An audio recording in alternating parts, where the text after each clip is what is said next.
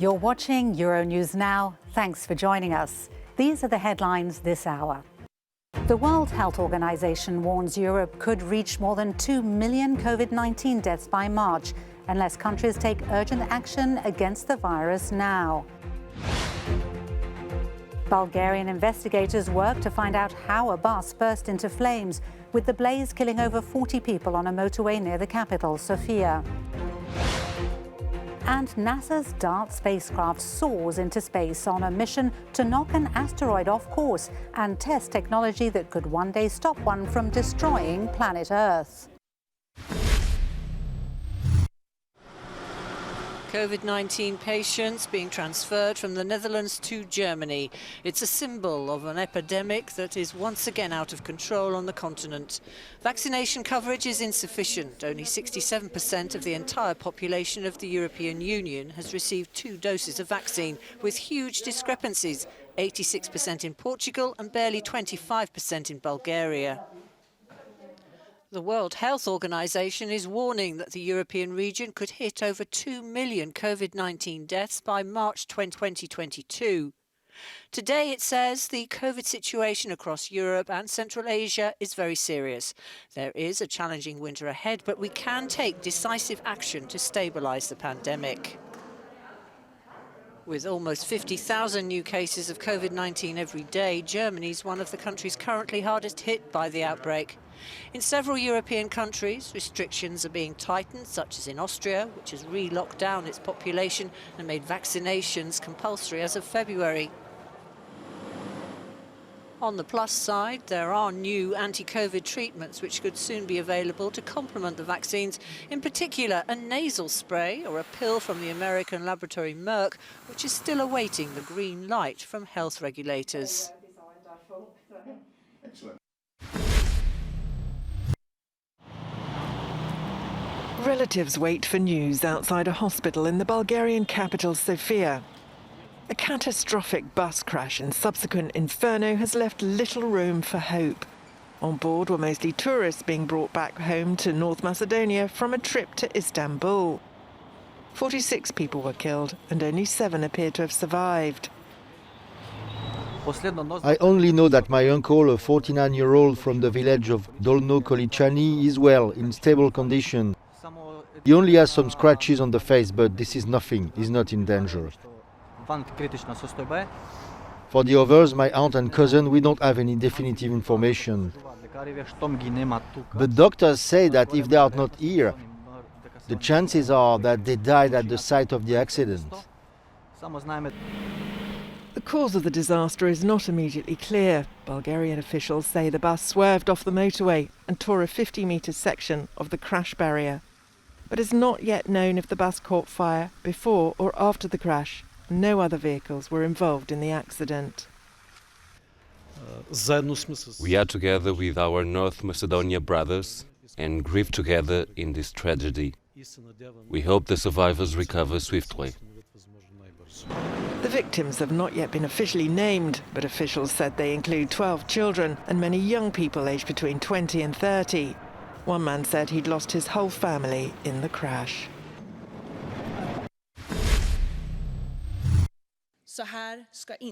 Sweden has its first female prime minister. The new leader of the Social Democrats Party, Magdalena Andersson, received a vote of confidence on Wednesday. It follows the resignation of Stefan Löfven 2 weeks ago.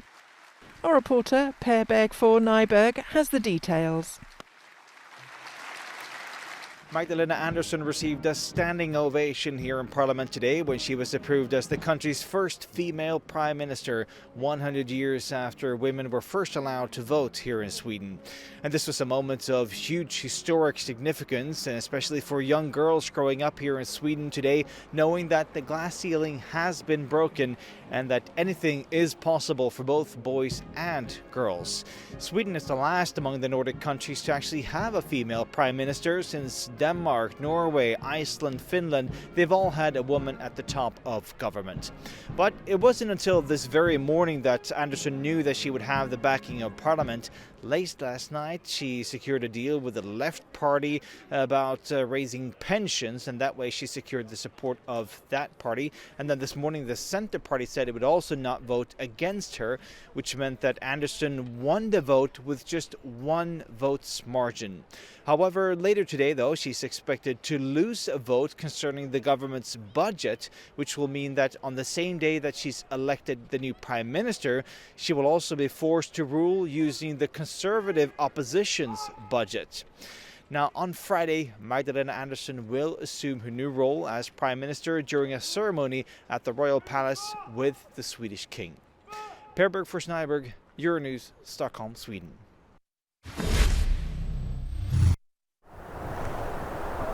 The human cost of the migrant crisis along the Poland and Belarus border. A 37-year-old man is buried. His body was found in the local forest. It's thought he probably died of hunger and from the cold. As part of its united response to the problems on its external eastern border, the European Union is to blacklist transport operators involved in human trafficking people into the EU. We are ready to take more sanctions against all who participate in this traffic of people, airlines, airports, travel offices, whatever. But now the problem is not, the most important problem is not the inflow. The problem is to take care of these people, we have to provide humanitarian assistance. Meanwhile, the members of the Visegrad group have expressed solidarity with Poland, accusing Belarus of funneling migrants towards its border. But Hungary said the EU's policies are flawed. It supports NGOs, promotes integration programs, and so on and so forth. It doesn't give you money for one thing alone, and that is the physical protection of the border. So the Hungarian position is still that the European Union must pay the cost of European border protection. According to the Polish authorities, the situation on the ground remains tense. Large groups of migrants are making attempts to cross into Poland and continue to throw stones, injuring border guards.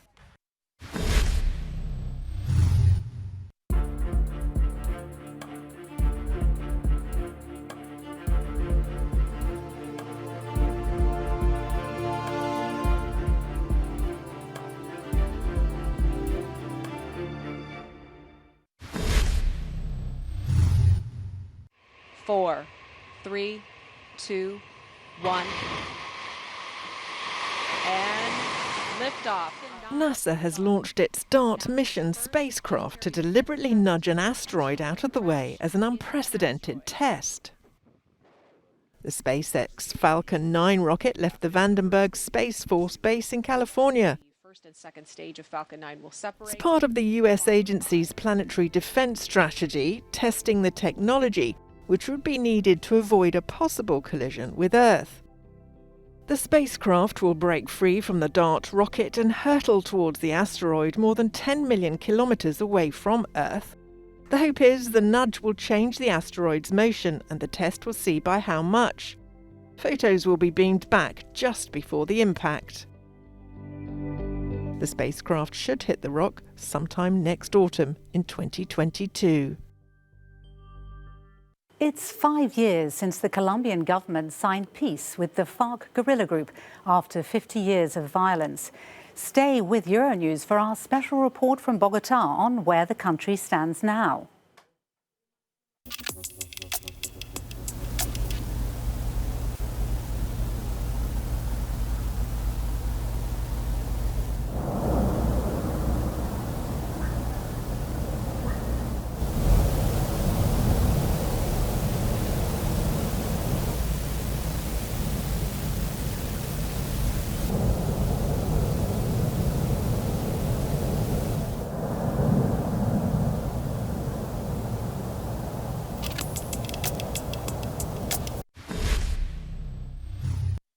We've been hearing that European leaders are calling for concerted efforts to step up humanitarian aid for the hundreds of migrants still trapped in extreme conditions between Belarus and Poland. Today, NGO Human Rights Watch has released a report calling for just that. And joining me from London is Ben Ward, Human Rights Watch Deputy Director for Europe and Central Asia. Ben Ward, the EU says it wants to do more on humanitarian efforts, but what exactly is it proposing, and is it enough? It's a very important effort, initiative, but it's only focused on what's happening on the Belarus side of the border. And while Belarus is very much responsible for orchestrating this crisis, our research has shown that Poland's actions are exacerbating the suffering that people are experiencing, both because of its pushbacks of migrants and asylum seekers across the border, in some cases repeatedly, and also because it's denying humanitarian access in the border area where it's declared a state of emergency. And we feel that the European Union really ought to be focusing much more on that, as well as the situation on the Belarus side. So what exactly then do you see as the EU's role in all of this? Well, the European Union obviously has a duty to protect its borders, and obviously has a duty to make sure at the same time that it respects the rights of people who are at those borders. And I think so far its focus has been only on the former and not sufficiently on the latter. It hasn't brought enough pressure to bear on Poland to make sure that it is complying with European Union law around access to asylum. And I think even more importantly, or more urgently perhaps, it hasn't put enough pressure on Poland to open up that secure area around the border to humanitarian organizations. And what we're seeing is lots of people trapped actually on the Polish side of the border who are in forests, living in the open, in some cases for days or even weeks, without access to food and water. And, you know, we are seeing deaths. And I think that is something that really ought not to be happening in European Union territory. But as you say, those people are there, they're trapped in extreme conditions. Is it realistic, do you think, to expect Belarus or Poland to change their stance towards them? Well, Belarus is obviously an extremely abusive government. It's not just abusive in the context of this particular situation, it's abusive more generally. And obviously that's the context in which this particular crisis has come about. One of the reasons the situation is so difficult in Belarus is because most civil society organizations are no longer present. They've been liquidated and their activists are no longer able to work. But the European Union does have much more ability to influence the situation on the Polish side of the border. And I think it's also right to expect a higher standard of conduct from a European Union member state that is a democracy and that is pledged to respect, you know, basic principles of human rights. And so with a proper humanitarian access and with more emphasis on making sure that people who declare an intention to seek asylum are given access to a proper process, we could see a significant shift, I think, in the situation on the Polish side of the border. With more details on the DART mission, I'm joined from California by Ian Carnelli, who is project manager with the HERA project at the European Space Agency. Ian Carnelli, thanks so much for joining us just shortly after the launch of the DART mission.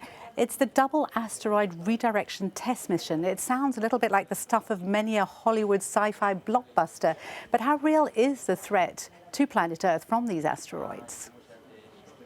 Good morning, Sarah. Thank you for inviting me. Today, there is no incoming asteroid on a collision course with Earth, so rest assured. But it's actually the perfect moment to test our technology and make sure we have an insurance policy to protect our planet, because asteroid impacts have happened in the past, but it's the only natural hazard that we can not only predict, but we can also prevent. And the DART mission is the first step humanity is taking to protect planet Earth from future impacts. Well, ESA will be supporting DART via its own HERA mission from 2024. What will ESA's role be exactly? Correct. Although DART and HERA were conceived to be independent missions, they're actually complementary. So HERA will be launched in October 2024. It's currently being integrated in Bremen by OHB. And its purpose is to gather all the scientific data, the properties of the asteroid, understand what it's made of, what kind of minerals, and all the physical and dynamical properties, so that basically we can understand exactly what has happened during the DART impact. And all of this data will be used by more than 300 scientists around the world to validate our models, so that in the future, if we have to design a real mission to deflect an asteroid, we will have all of the data, all of the models validated to build the perfect planetary defense system. Well, that science sounds very complex. Does it have any other applications beyond planetary defense? Well, all of the technology we're using is actually technology that is on board many other satellites. And there are satellites that provide to citizens every day many services like positioning systems, telecommunications, applications on Earth from Earth observation data. So both Hera and DART are actually technology demonstration missions, and this technology will be used for a number of many applications. Okay, well, Ian Carnelli, that's very interesting. Thanks so much for joining us. Thank you very much.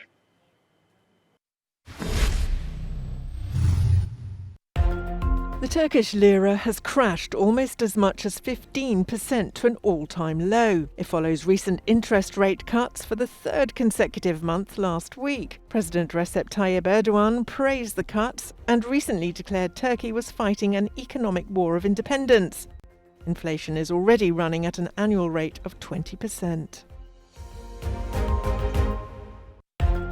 Thousands of miners have protested outside a government building in the Bosnian capital Sarajevo. The demonstration follows government plans to restructure indebted coal mines as part of a programme to switch to renewable energy sources. But it involves job and 30% wage cuts. Employees from 7 out of 11 coal mines stopped work and took part. The man jailed for the 2007 murder of British student Meredith Kercher in central Italy has been freed early. Rudy Guede has completed 13 years of a 16-year sentence. Kercher's American flatmate Amanda Knox and her Italian boyfriend were also initially convicted, but were eventually acquitted on appeal. All three have denied killing Kercher. The suspect in the Wisconsin parade crash, Darrell Brooks, will now face 6 charges of first-degree intentional homicide. An 8-year-old boy has become the latest person to die as a result of being hit by an SUV at full speed at the Christmas parade. The charges carry a mandatory life sentence if convicted. Bail was set at $5 million and a preliminary hearing is scheduled for January.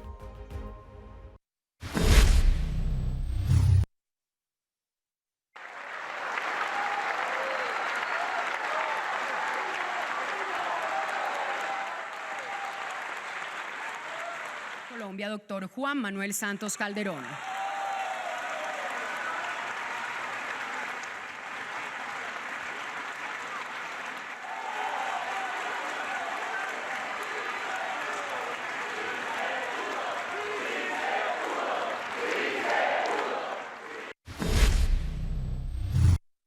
That's it for now, but stay with us as we bring you all the latest from across Europe and beyond.